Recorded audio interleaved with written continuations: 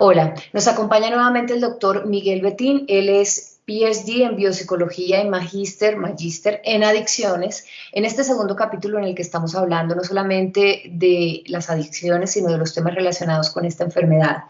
Él accedió a darnos estas 6 conversaciones para hablar de los temas asociados con adicciones y para retomar, porque este es nuestro segundo capítulo, doctor Betín.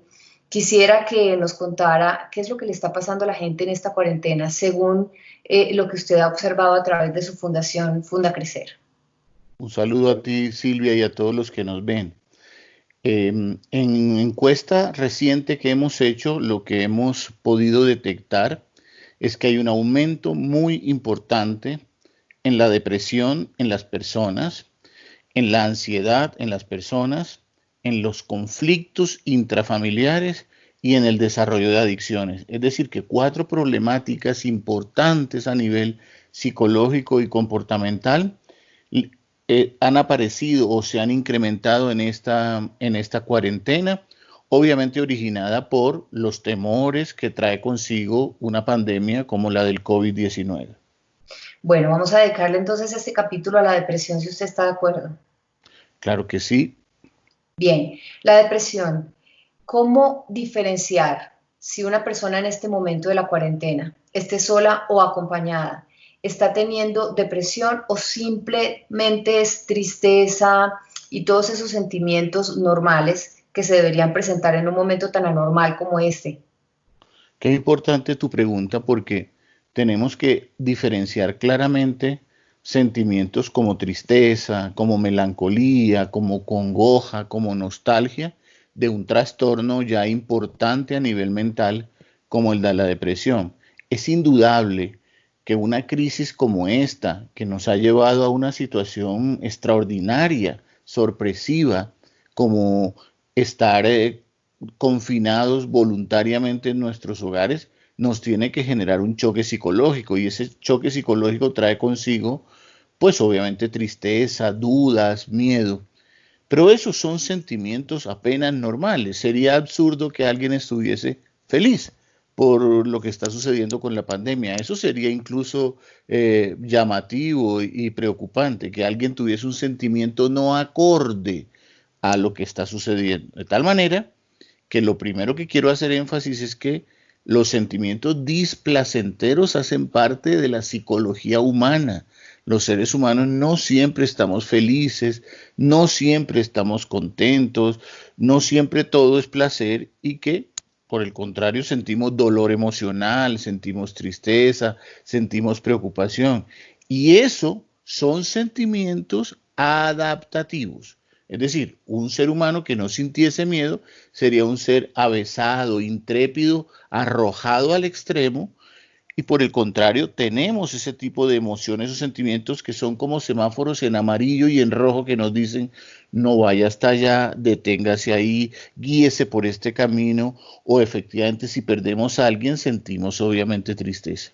Pero eso es muy diferente a sentirse deprimido.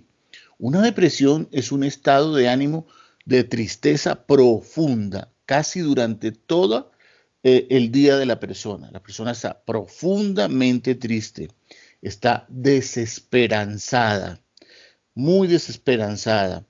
Se siente culpable, aunque aparentemente no haya un motivo por el cual ella se sienta culpable. Siente demasiado miedo hacia el futuro, tiene muchas ideas de muerte, de que se va a morir, o incluso ideas de muerte referidas a de pronto querer quitarse la vida y hacer planes incluso para eso. Y la depresión también va acompañada de una sintomatología fisiológica. La persona pierde el sueño o por el contrario duerme mucho. Puede aumentar de manera extraordinaria su alimentación, o sea que puede ganar peso o perder peso. Siente fatiga, falta de energía, ganas de no hacer nada, se siente totalmente abatida y obviamente pierde la sensación de placer por aquellas cosas que le generaban placer o interés. Eso es técnicamente hablando una depresión, a diferencia de una tristeza. Por lo general esto que se llama depresión y que y que corresponde a lo que se conoce de otra manera como depresión mayor o episodio de depresión mayor, dura alrededor de 2 semanas. Es una de las formas de depresión o puede extenderse un poco más. Es una de las formas de depresión más común que está presentándose en estos momentos en la cuarentena. O sea, muchas personas, según lo que nosotros hemos podido encuestar, están experimentando episodios de depresión mayor.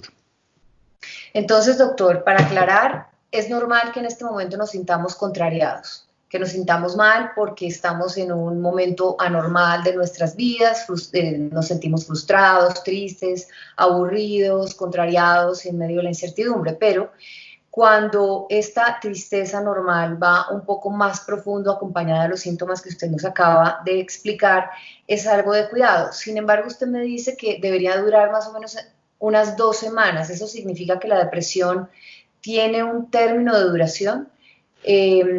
¿Se iría sola o necesita ayuda para poderse manejar? ¿Cómo sería el manejo de esos síntomas, por ejemplo?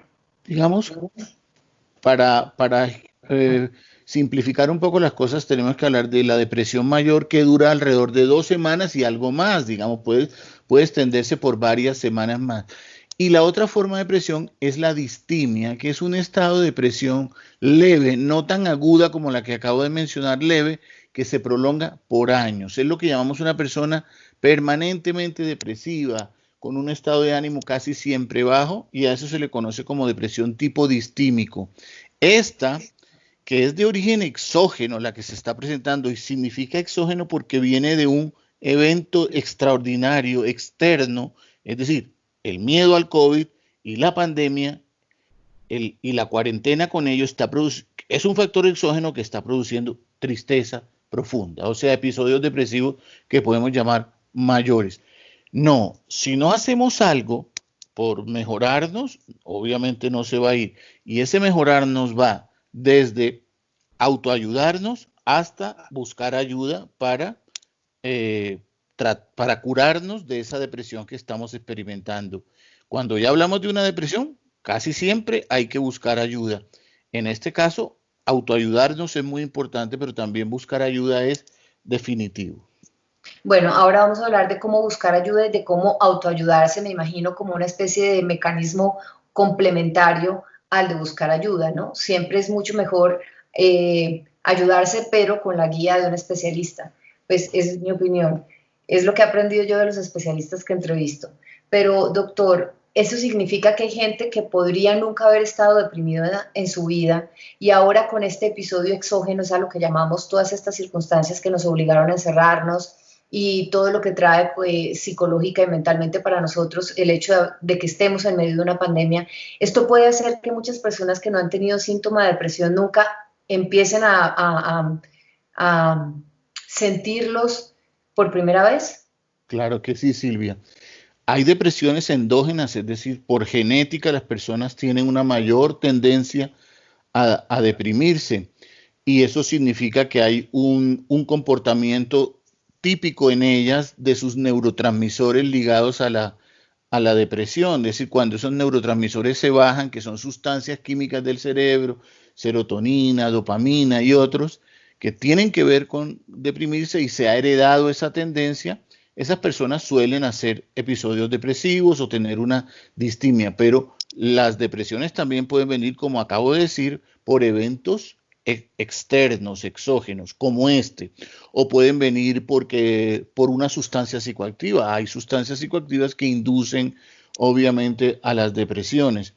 En este caso, claro, cualquier persona, y lo que estamos viendo es eso, muchas personas que no habían tenido antes episodios de tipo depresivo, los están teniendo, están enfrentando una circunstancia para lo cual éramos muy poco resilientes, no estábamos para nada preparados. Resiliente es decir que teníamos herramientas y argumentos psicológicos para sobreponernos. Lo que está pasando es que nos estamos obviamente viendo afectados. Es que esto es abrumador porque tenemos miedo, porque las noticias nos invaden todos los días, porque hablamos con otras personas y nos contagiamos aún de más miedo, el encerramiento aún y la inactividad. La inactividad es muy importante porque la inactividad contribuye a que se incremente la depresión. Entonces, Claro, muchas personas que no habían tenido nunca episodios depresivos están teniendo un episodio depresivo leve, moderado o agudo. ¿Cómo se maneja cada uno de ellos, doctor? Empezamos por el leve, por ejemplo. En principio, una de las cosas que más ayuda a que se forme una depresión son el estilo de pensamiento que estamos teniendo. Entonces, por lo general, en situaciones como esta se instauran los pensamientos de tipo filtrado, es decir, que solamente pasan hacia nosotros aquellos pensamientos que son de tipo catastrófico. Y tenemos que aprender a hacer el ejercicio de identificar que estamos haciendo esa filtración.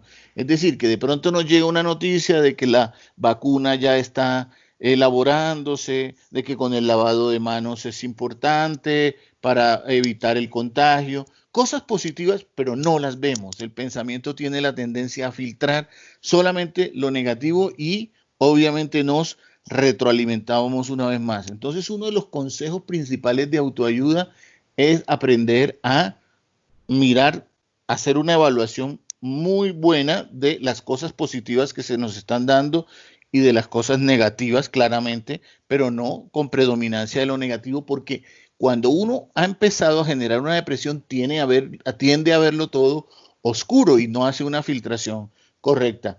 No se fija uno en las evidencias, es otro de los estilos de pensamiento que caracterizan el pensamiento depresivo. Es decir, tenemos evidencia de que aquí hay algo bueno que nos está pasando y sin embargo, muy en concordancia con el punto anterior, lo pasamos por alto y solamente tomamos algo que ni siquiera es evidente y que nos sigue obviamente abrumando.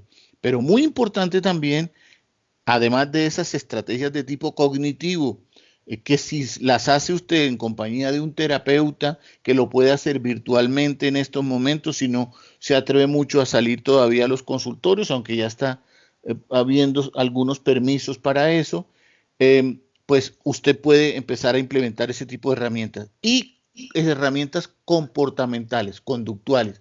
Estructure el día. Al igual que lo hablamos con las adicciones, es muy importante estructurar el día. Si usted permanece en la cama, si usted no tiene una intención de hacer algo, de distribuir su día con actividades, obviamente ese tipo de cosas van a contribuir a que usted se sienta con anedonia, con abulia y obviamente va a contribuir a que se hunda más en la depresión. Porque son tan importantes las rutinas, la hidratación, el ejercicio, cuando una persona se está sintiendo así de mal, especialmente, doctor, cuando es el momento en el que menos ganas le da a la persona de levantarse de la cama, tener una rutina, hidratarse o hacer ejercicio o comer bien. Claro, no olvidemos, Silvia, que las enfermedades psicológicas, la gente, en el común de la gente no las entiende. Y especialmente enfermedades como la depresión, como fibromialgias y otro tipo de enfermedades, lo que la gente dice es, pero ¿qué le pasa? Lo tiene todo y usted no hace ningún esfuerzo por sobreponerse. Mire, usted hablando de depresión y en cambio esas personas pasando hambre y se les ve activas. Ese es parte del mal entendimiento de las enfermedades como la depresión, porque eh, van por dentro, se comportan hacia afuera, pero van por dentro y la gente cree que es una mala actitud, una no disposición vital de la persona.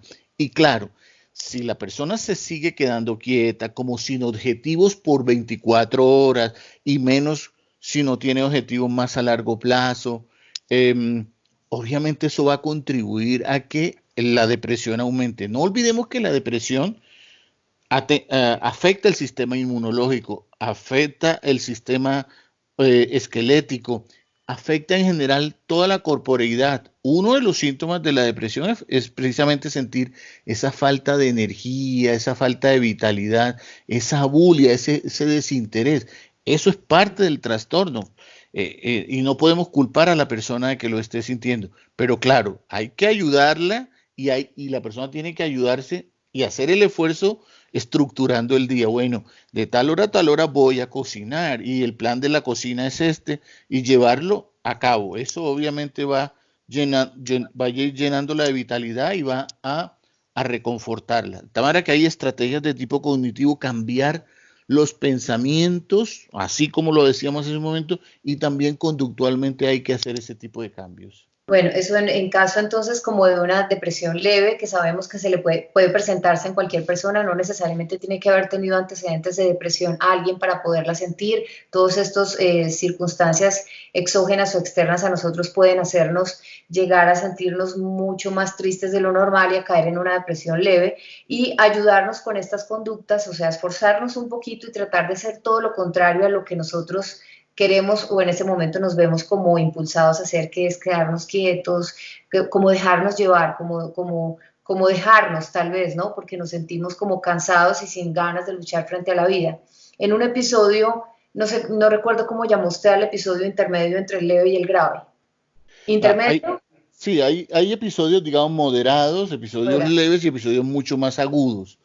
En los episodios agudos o episodios depresivos mayores, cuando ya hay ideación suicida que puede llegar a pasar, porque parte de cuando una persona cae en este estado, con anedonia, en esa anorexia de pronto sin ganas de comer o comer demasiado que a veces pasa, en la hipersomnia, las personas a veces están durmiendo demasiado con una hipersomnia evidentísima o pierdes del sueño, lo concilian pero rápidamente se despiertan. Todo eso obviamente va a hacer cambios importantes en la persona. Si la persona obviamente no, como lo decíamos en un momento, no pone de su parte, se hunde mucho más y puede llegar a aparecer ganas de morirse, hasta ideación suicida y hacer planes suicidas. Si la persona está teniendo ideaciones suicidas y planes suicidas, no hay que dudar en que, por favor, si usted está sintiéndose así, piense en dos cosas. Uno, que ese es un estado del cual va a poder salir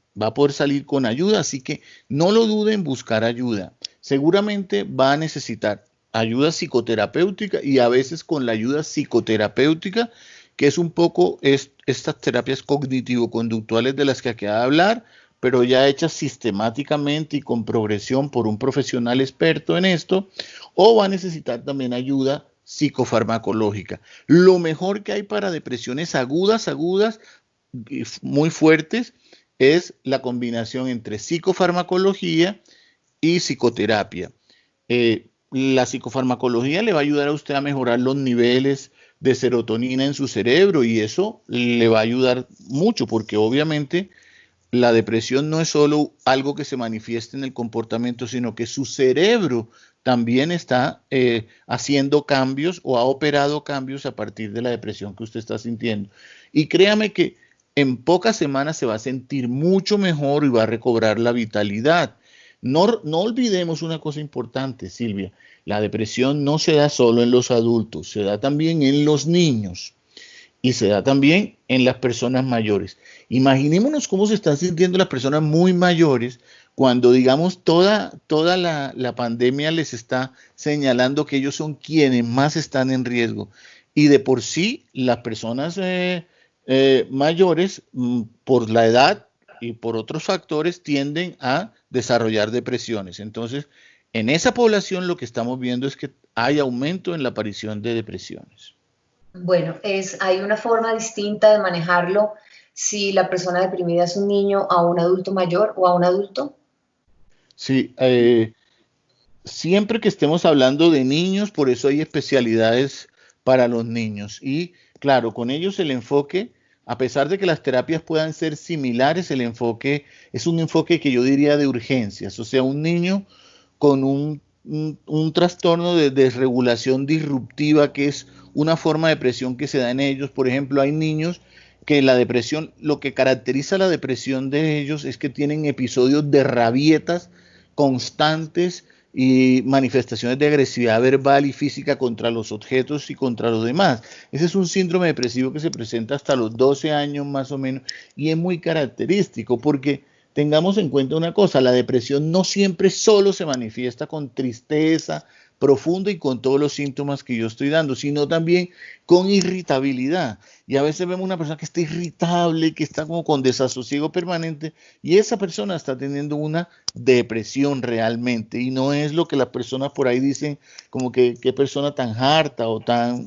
la persona está teniendo una depresión. En los niños este síndrome del que acabo de hablar es muy característico y se manifiesta más así que porque lo realmente lo veamos ensimismado y depresivo. Estamos viendo un niño que tiene estallidos y lo que está pasando es que hay un niño deprimido. Y claro, eso está pasando en estos días con los niños por un factor exógeno como el de la cuarentena. Y no tanto el miedo al COVID, porque los niños no lo están sintiendo tanto, pero sí están sintiendo el encerramiento, la limitación, el agobio con el que eso viene. Yo aconsejo que en caso de que se esté presentando eso a un niño, no dude en levantar el teléfono y acudir a un especialista, porque estamos frente a un niño y con los niños hay que actuar con mucha rapidez porque tienen menos resiliencia y menos experiencia vital para manejar una cosa tan compleja como la depresión. Doctor, ¿hay algunos síntomas específicos que uno puede identificar? Ya nos habló de las rabietas en los niños porque nadie se imaginaría que una rabieta está relacionada con una depresión porque todos relacionamos la depresión con tristeza. Nos estuvo hablando también de los trastornos alimenticios como otra o de los trastornos del sueño como otra manifestación de la depresión que tampoco lo identificaríamos tan fácilmente precisamente porque creemos que la depresión es una tristeza. Me gustaría, si es posible, que pudiéramos identificar tal vez unos síntomas los más llamativos o comunes en un adulto mayor, entre otras cosas porque también las personas mayores podrían empezar a volverse un poco más retraídas, son más calladas algunos de ellos, y de pronto no podríamos identificar fácilmente si están cambiando su estado de ánimo, si se están sintiendo muy mal. Entonces, ¿qué podría identificar en un adulto mayor que eso no es normal en una persona adulta? Adolescente o adulto y en un niño, ya además de los que usted mencionó, como para poder identificar esto no es normal. Bueno, además me imagino yo Sí, que el cambio, ¿no? Un cambio en nuestro es comportamiento habitual debería ser exactamente. una alerta, digo yo. Exactamente, digamos que los síntomas son más o menos los mismos en los diferentes grupos etarios, pero lo que más es importante es lo que acabas de señalar, Silvia. Si usted ve que en estos tiempos la persona está teniendo un cambio muy, muy particular que usted no lo hubiese notado antes, que tiene que ver como con ensimismamiento, con que la persona ha perdido el sueño, con que la persona está irritable, con que la persona tiene llanto fácil, que no lo habíamos señalado. En los niños, de pronto, estas rabietas que nos hablan de una desregulación disruptiva de su estado de ánimo, eh, inmediatamente tenemos que darnos cuenta, porque la depresión es un mal silencioso de alguna manera, es un mal silencioso que al mismo tiempo es escandaloso.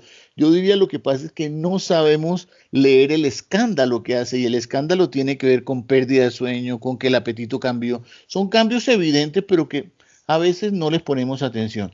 Y está sucediendo. Nosotros acabamos de hacer una encuesta que como señalaba estamos por sacar los resultados, pero en lo que hemos visto ya la gente está teniendo todo este tipo de manifestaciones, la gente se está sintiendo profundamente triste, con anedonia, es decir, con falta de placer y interés por hacer sus cosas, con abulia, con una apatía, por realizar todo, con una desesperanza, con sentimiento de culpa, sin una explicación clara. Y esos son síntomas inequívocos de que hay una depresión.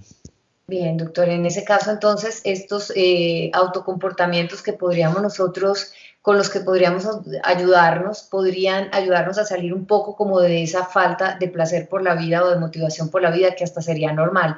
Usted habló ahorita de los medicamentos y yo he escuchado mucho que la gente le teme al diagnóstico de depresión porque lo asocian con los medicamentos y a los medicamentos lo asocian como algo muy malo, como algo muy grave, como si les fuera no sé, no sé si esto es culpa de las películas, pero siempre asocian que la persona que tiene una depresión es un loco y que si está medicado, entonces no va a tener una buena percepción de la realidad y va a estar encerrado en una clínica con una camisa de fuerza.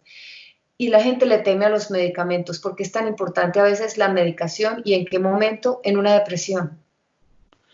El cerebro, como cualquier otro órgano del cuerpo humano, eh, tiene una estructura anatómica y tiene unos componentes químicos. Esos componentes químicos del cerebro a veces están bajitos, como en cualquier otro órgano del cuerpo. Y de lo que se trata con los medicamentos para la depresión, que desde los 80 para acá hay un muy buen grupo de medicamentos sin consecuencias secundarias importantes, que no son medicamentos adictivos. Esto es muy importante que la gente sepa que no son medicamentos adictivos en sentido estricto. Ayudan a que ciertas sustancias, cuando están bajitas en el cerebro, se nivelen, y cuando están niveladas, eso va a ayudar a que usted se sienta mejor. Pero eso no soluciona todo. Usted también tiene que hacer cambios psicológicos, cambiar su estructura de creencias. A veces usted tiene, y en eso lo ayuda a usted el psicoterapeuta, usted tiene creencias sobre sí mismo, tiende a victimizarse, tiende a sentirse culpable, tiende a verse demasiado déspota o lo contrario. Y esos sistemas de creencias están alimentados por estilos de pensamiento, como lo señalaba ahora, que se filtra solamente lo negativo, que no se piensa en amplitud, se mira el árbol pero no se mira el bosque. Y esos estilos de pensamiento el psicoterapeuta se los ayuda a cambiar. Y ahí hay una cadena entre creencias, pensamientos y emociones. Entonces uno determina cómo se siente emocionalmente a partir de lo que cree y cómo piensa. Y esos cambios son fundamentales. Doctor, y estamos hablando de la depresión porque estábamos hablando de adicciones. ¿Qué relación tiene la depresión con las adicciones? La depresión es uno de las causas más grandes para adicciones. O sea, eh, cuando hablamos de adicciones, estamos hablando de que una persona adicta en un 70-75% tiene otro trastorno de tipo psicológico. Y en su gran mayoría, ese otro trastorno es una depresión. Las depresiones no manejadas, no atendidas, obviamente conducen a que la persona se desespere y busque alivio en las sustancias psicoactivas. ¿Y qué hacen las sustancias psicoactivas? Eh, Ayudan a la persona por los 3 o 4 minutos o la media hora que dure el efecto, si apenas está empezando a usarlas, pero al otro día, ese cambio químico que produjo el estimulante en el cerebro, o ese cambio químico que produjo el depresor, por ejemplo, en el caso del alcohol en el cerebro, lo que hace es que al otro día la depresión se sienta aún mayor. No hay depresión más profunda que la que siente un cocainómano o un usador de TUCB o de cualquier otro estimulante. Al otro día, por lo general, sienten deseos de morirse e incluso ideación suicida, y muchos suicidios en adictos se realizan al día siguiente del consumo. Y ni se diga con el alcohol, que el alcohol en su primera fase no es que sea un estimulante, pero es un desinhibidor. La persona se desinhibe, pero en la segunda fase el cerebro se deprime, es decir, va a su actividad. Y al otro día ya la gente sabe cómo se siente, con ese famoso guayabo moral que es lleno de culpabilidad y de una depresión enorme. Entonces, son trastornos que van muy, muy de la mano. El peor acompañante para una depresión son las sustancias psicoactivas. Claro, y al otro día entonces se quiere tomar otro trago para dejar de sentirse mal, precisamente Indudablemente, por estar indudablemente. necesitado moralmente. Así es. Y sigue la cadena y después ya no la para absolutamente nadie. Doctor, entonces le entiendo, no solamente hay adicción al alcohol, a las drogas y a las sustancias que ya conocemos como psicoactivas y que son nocivas, y bueno, en el capítulo anterior usted nos habló todo tipo de adicciones y realmente nos explicó que es más un comportamiento frente a eso. Pero ahora me llama la atención y hay gente que podría utilizar los medicamentos para sentirse mejor o antidepresivos como una especie de evasor y también volverse adicto a esos medicamentos, por ejemplo, cuando los consigue de una manera no legal o cuando se los han suministrado porque se ha sentido mal y la persona crea una adicción a eso y quiere seguir tomándolos para no tener que hacer un trabajo, no sé, ¿es posible? Sí, Silvia, desafortunadamente una de las mayores conductas adictivas que hay en nuestro país, y no solo en nuestro país, sino en muchos países del mundo, es a la adicción a los fármacos, a las medicinas que actúan sobre el sistema nervioso. En esto hay un desafortunado uso inadecuado por una persona a la que de alguna manera le han recetado. También de pronto, digamos, médicos generales sin una formación amplia en psiquiatría, a veces tienen la tendencia a medicar ansiolíticos, por ejemplo, que son sustancias muy adictivas a una persona porque siente mínimamente un estado de nerviosismo, de ansiedad. Y siempre hay que pensar que hay que desarrollar habilidades y competencias emocionales, como lo hablábamos la vez pasada, para que nos hagan más resilientes antes de pensar en una muleta química en la que apoyarnos para salir de esos estados emocionales que son displacenteros y que hay que aprender a convivir con ellos, hay que aprender a vivir con la nostalgia, con la melancolía, con la tristeza, hacen parte de la vida, no somos planos. Si fuésemos planos hasta sería muy aburrida la vida. Pero claro, si alguien se nos muere, lo lógico es sentir dolor, no podemos estar riéndonos frente a eso. El dolor es una emoción adaptativa, como lo es también la alegría, tienen una función en la vida. Entonces es muy importante que entendamos eso y que no tenemos que vivir en esta cultura que nos induce a que hay que salir rápido del malestar. No, el malestar a veces hay que sentarlo al lado de uno y decirle, ¿qué me quieres decir? ¿Qué me quieres decir tristeza? Que esa tristeza que estoy sintiendo, dialogar con ella, mirar qué me está enseñando, por qué estoy triste, a qué se debe la tristeza y no solamente la tendencia que nos ha instaurado esta sociedad del exitismo a que hay que evadirse rápidamente de aquello que no sea placentero. Claro, y presentarle a todo el mundo, especialmente a través de las redes sociales y los mismos medios de comunicación, como si la vida de todo el mundo debería ser una vida perfecta y feliz, que Exactamente. tampoco es real. Doctor, ya para ir Y también finalizando. los padres con respecto a los hijos, o sea, que los padres entiendan que a los hijos tienen que mostrarle que ellos también son personas que tienen momentos de dificultad, de tristeza, también de alegría y que no son seres humanos planos y perfectos emocionalmente. Sí, doctor, usted hablaba al comienzo de la entrevista de no le digan a una persona que se siente así deprimida, es decir, que ha mostrado que está mucho más triste de lo normal por más tiempo de lo normal, no le digan, pero ¿cómo se siente así de triste? Mire que la vida es bella, mire que hay otras personas que están peores que usted, mire que usted lo tiene todo, tiene esto, tiene salud. Además de eso, ¿qué otro manejo deberían las personas que están alrededor de alguien a quien ya le notaron o él ha reconocido que tiene un episodio depresivo? ¿Qué otras actitudes para ayudarle deberían tener? ¿O cómo Hay se una, podría hay, manejar? Silvia, hay una cosa muy importante y que cada vez la ciencia psicoterapéutica reivindica más, y es la escucha activa del otro. En estos tiempos en que estamos encerrados y que hemos desgraciadamente convertido el diálogo en el otro o lo hemos mediatizado por una maquinita que a veces que no contiene emociones, no hay nada más malinterpretante que un mensaje en chat. Ese mensaje viene como desprovisto de emoción y a veces uno no sabe si lo están regañando o no, precisamente porque hace parte, le hace falta toda esa connotación del lenguaje corporal.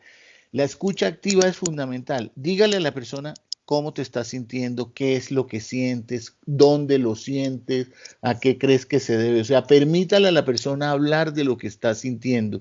No le niegue eso, no le diga, pero ¿por qué te vas a sentir así si tú lo tienes todo? O sea, no lo regañe, porque realmente si la persona lo está sintiendo, necesita manifestarlo, necesita expresarlo. La escucha activa es una escucha que, como lo decíamos el otro día, muestra interés por ti. Te dice, aquí estoy, quiero escucharte, etcétera. Eso es fundamental. Y obviamente ayudarle a ver las cosas con mayor precisión, porque una persona depresiva tiene la tendencia a mirar lo negativo solamente, a tener una visión catastrófica. Entonces, ayudárselo a ver, pero digamos sin un señalamiento como si la persona tuviese una debilidad o le faltaran competencias para desempeñarse en la vida. Hay gente que se quiere convertir en el terapeuta del otro, porque es que mientras usted hablaba de la escucha, pensaba, bueno, y esos que quieren escucharlo todo, escuchar demasiado y volverse el terapeuta y no tienen el conocimiento, ¿cómo manejar ese equilibrio? Escucha es un oído respetuoso. Entonces no confundamos la escucha activa con que yo te señalo lo que debes hacer. La escucha activa no es un deber ser, es yo me intereso por ti, te oigo y trato de ser empático. O sea, me pongo en tu lugar y te comprendo. Es hasta ahí donde llega, pero finalmente quien cambia es el otro. Doctor, ya los otros episodios, el de una persona que es depresiva cíclicamente, usted también lo decía al comienzo, por si hay alguien que esté escuchando la entrevista y se quedó de pronto, porque tal vez su caso es ese o conoce a alguien en ese caso, ¿cómo manejan la depresión las personas que tienen esa depresión que dura muchos años o mucho tiempo porque tienen esa tendencia y que se vuelve cíclica? Sí, la persona distímica, es una persona, digamos, con una depresión que perdura y perdura a lo largo de su vida. Y muchas de las personas distímicas realmente no han acudido a terapia, no han hecho un buen proceso y no han hecho esos cambios de pensamiento que se requieren, porque es manejable. Obviamente, mire, en estos momentos de la vida, Silvia, en que la gente tiende a vivir sola, a dejar de trabajar, a dejar de tener una actividad, ese tipo de comportamientos favorece que las personas permanezcan en esa distimia. A veces son personas que les gusta irse a vivir lejos, en el campo, pero no por una adoración al campo, sino porque eso son parte de las manifestaciones que tienen algunas personas depresivas, que es alejarse cada vez más y más del contacto. Mire, el contacto social, el contacto afectivo, las buenas relaciones, las amistades, el tener una actividad, el tener el tiempo estructurado, son enemigos a muerte de las depresiones. ¿Una depresión se puede curar entonces, doctor? Una depresión se puede tratar y de las depresiones, muchas de las depresiones se puede salir satisfactoriamente. Bueno, ya llegamos al final porque quisiera que nos dedicáramos en el siguiente capítulo a hablar de otra de las emociones que usted relacionó mucho con las adicciones y también con la depresión, que es la ansiedad. Y da para un capítulo completo también. Entonces, gracias. ¿Algo que se nos haya quedado por decir o algún mensaje que usted quiera entregarle ahora, en este momento, a las personas que lo están viendo relacionado con el tema de la depresión, con el tema de las adicciones y la depresión?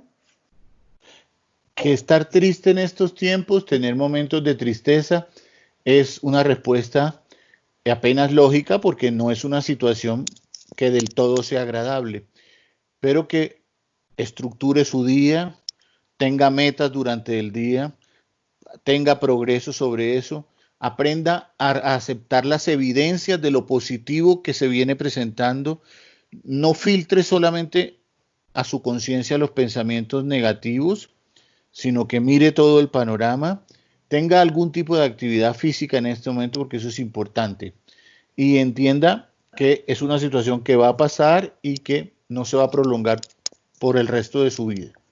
Eso Bueno, sería. muchas gracias. Entonces nos vemos en el siguiente capítulo, que es para hablar sobre la ansiedad. Muchas gracias, Silvia. Hasta pronto.